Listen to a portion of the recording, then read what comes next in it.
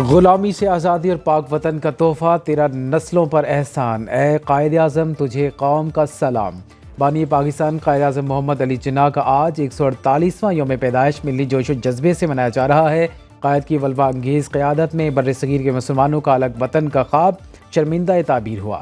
مزار قائد پر گارڈز تبدیلی کی روایتی تقریب منعقد ہوگی۔ ملک بھر میں منعقدہ سیمینارز اور تقریبات میں قائد اعظم کی جدوجہد اور افکار کو اجاگر کیا جائے گا۔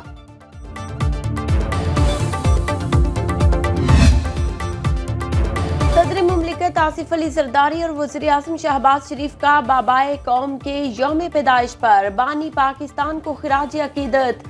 یوم قائد پر پیغام میں کہا، قائد اعظم نے سیاسی جدوجہد کے ذریعے تاریخ کا دھارا بدلا، برے صغیر کے مسلمانوں کی بھرپور وکالت کی۔ قائد اعظم نے وہ کر دکھایا جسے بہت سے لوگوں نے ناممکن سمجھا۔ پاک و ہند کے مسلمانوں کو ایک قوم بنانے میں کامیاب ہوئے۔ قائد کے اصولوں پر عمل پیرا ہونے کے لیے انتھک کوشش کرنی چاہیے۔ ہمارا فرض ہے بطور پاکستانی قوم کی ترقی و خوشحالی اور اتحاد کے لیے انتھک محنت کریں۔ صدر اور وزیر اعظم کی کرسمس پر مسیحی برادری کو مبارکباد، امن اور بھائی چارے کا پیغام، کہا مسیحی برادری کے ملک کی ترقی میں تعاون کو خراج تحسین پیش کرتے ہیں۔ قائد اعظم محمد علی جناح کی یوم پیدائش کے موقع پر chairman joint chief of staff committee اور مسلح افواج کے سربراہان کا خراج عقیدت۔ مسلح افواج قائد اعظم کے لازوال ویژن اور بے مثال قیادت کو خراج تحسین پیش کرتی ہیں۔ قائد اعظم کے انتھک کوششوں نے عوام کو متحد کیا، خود مختار اور آزاد پاکستان کی بنیاد رکھی۔ قومی اہمیت کے اس دن پر ہم اتحاد، ایمان اور نظم و ضبط کے رہنما اصولوں کے لیے اپنی غیر متزلزل وابستگی کی تجدید کرتے ہیں۔ مسلح افواج کی کرسمس کے پرمسرت موقع پر مسیحی برادری کو دلی مبارکباد۔ پاک فوج کا ملک و قوم کی حفاظت، انصاف، مساوات اور ہم آہنگی کو برقرار رکھنے کے عزم کا اظہار۔ کرسمس امن، محبت اور خوشیوں کا تہوار۔ پاکستان سمیت دنیا بھر میں خوب گہما گہمی، بازاروں میں شاپنگ کرنے والوں کا رش۔ کرسمس ٹریز سج گئے، برقی کمکموں سے جگمگاتی عمارتیں توجہ کا مرکز۔ گرجا گھروں میں چراغاں، خصوصی عبادات اور دعائیں تقریبات، کیک کاٹے گئے۔ سانتا کلاز نے بچوں میں تحائف تقسیم کیے۔ اسلام آباد، کراچی، لاہور، پشاور سمیت ملک بھر میں خوشی کا سماں۔ لندن، یونان، پیرس، جرمنی، اٹلی، برطانیہ اور جنوبی کوریا جوہری پروگرام پر کوئی سمجھوتہ نہیں کریں گے۔ وزیر اعظم شہباز شریف نے امریکی پابندیوں کو مسترد کر دیا۔ وفاقی کابینہ اجلاس سے خطاب میں کہا، ایٹمی پروگرام پاکستان کے 24 کروڑ عوام کی امانت، جوہری صلاحیت جارحیت نہیں، دفاع کے لیے ہے۔ پی ٹی آئی سے مذاکرات میں خلوص کے ساتھ اپنا حصہ ڈالیں گے۔ یقین ہے مذاکراتی کمیٹیاں ایسا حل نکالیں گی جو پاکستان کے بہتر مفاد میں ہوگا۔ دہشت گردی کا خاتمہ کیے بغیر معاشی ترقی ممکن نہیں۔ بہت جلد دہشت گردی کے ناسور کو ختم کر لیں گے۔ وزیر اعظم کا سیکیورٹی فورسز کے جوانوں کی قربانیوں کو خراج عقیدت۔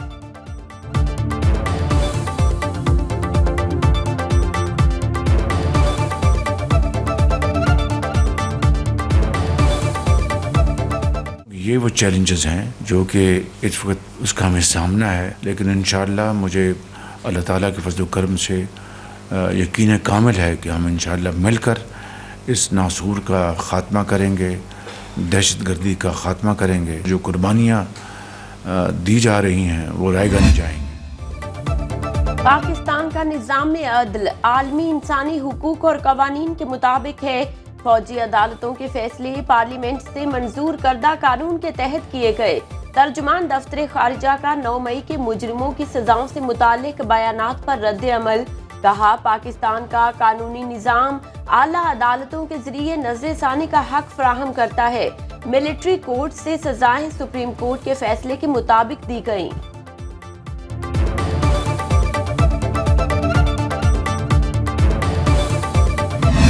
کو انشاءاللہ تعالیٰ یہ سارے لوگ موجود ہوں گے اور انشاءاللہ ہم ڈیمانڈ جو ہے وہ بھی ان رائٹنگ سبمٹ کریں گے اور امید رکھتے ہیں کہ انشاءاللہ تعالیٰ ایک نتیجہ خیز قسم کی یہ پروسیڈنگز آگے بڑھے گی اگر سب نے مل کر کے نا اس کا حل نکالا۔ بانی پی ٹی آئی کو مذاکرات سے آگاہ کر دیا۔ 2 جنوری کو ہمارے تمام کمیٹی ممبران مذاکرات کا حصہ ہوں گے۔ بیرسٹر گوہر کی بانی تحریک انصاف سے ملاقات کے بعد میڈیا سے گفتگو، بولے اپنے مطالبات تحریری طور پر حکومت کے سامنے رکھیں گے۔ بانی چیئرمین نے کہا ہے ٹائم فریم کے اندر مذاکرات میں پیش رفت ہونی چاہیے۔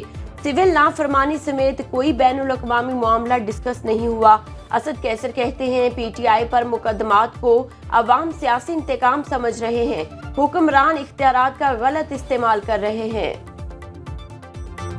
ہمارے اوپر جو ہے نا غداری کی بھی مقدمے ہیں، ہمارے اوپر دہشت گردی کی مقدمے ہیں، اور اللہ معاف کرے 302 کے نام سے ہی ہم ڈرتے ہیں، 302 کی بھی مقدمے ہیں۔ جس بھی دور میں ہم ہیں، جو ہمارا ڈیجیٹل سپیس ہے وہ خطرہ میں آ چکا ہے۔ یہ سمجھائیں گے نا، ان کو کیا پتا جو بزرگ اسلام آباد میں بیٹھا ہے، جو ابھی تک پرانے نوکیا استعمال کر کے ٹیکسٹ کر رہے ہوں گے، نہ واٹس ایپ کا پتہ، نہ ٹویٹر کا پتہ، نہ انسٹاگرام کا پتہ، نہ نیٹ فلکس کا پتہ، نہ گیمنگ کا پتہ، ان کا کیا؟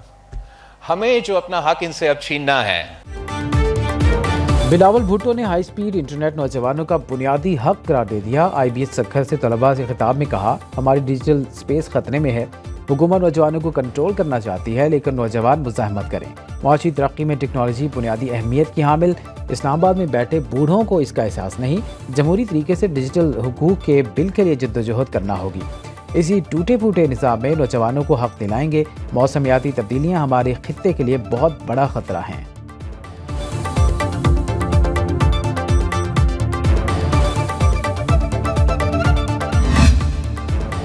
پیپلز پارٹی کا دباؤ کام کر گیا، نون لیگ پاور شیئرنگ پر تیار، لیگی اور جیالی ارکان اسمبلی کو مساوی فنڈز دینے پر اتفاق۔ پنجاب میں تقرر اور تبادلوں کے لیے پیپلز پارٹی سے مشاورت ہوگی۔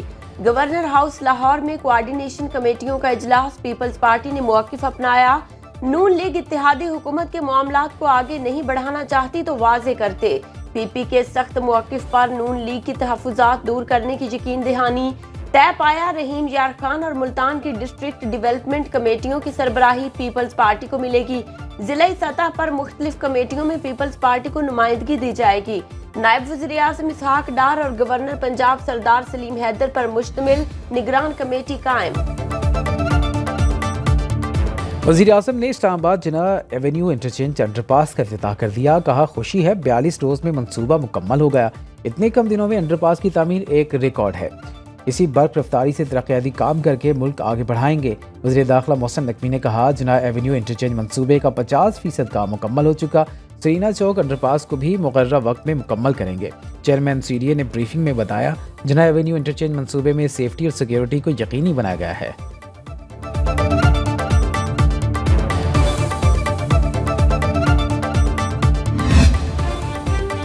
وفاقی حکومت میں رائٹ سائزنگ کی جا رہی ہے، جی ڈی پی بڑھانے کے لیے نقائص دور نہ کیے تو نتیجہ 0/0 ہوگا۔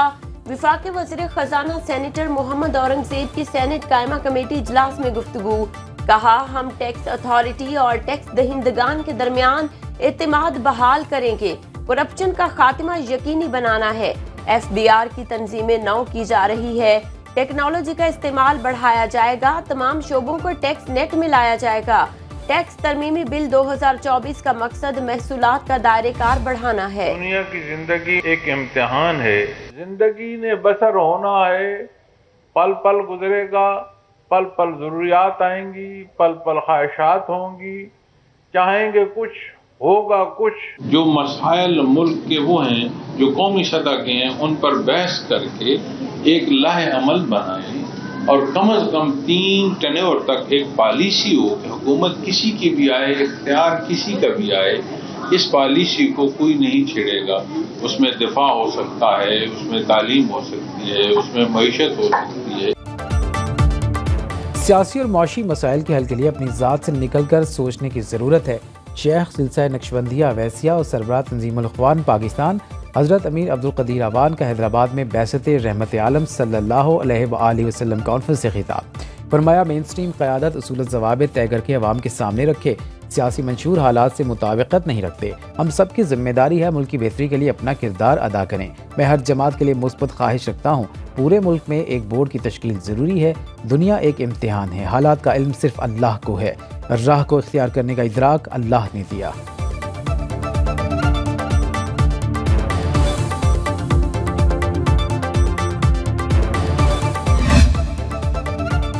خیبر پختونخوا میں ادویات سکینڈل کی انکوائری رپورٹ کی تفصیلات سامنے آ گئیں۔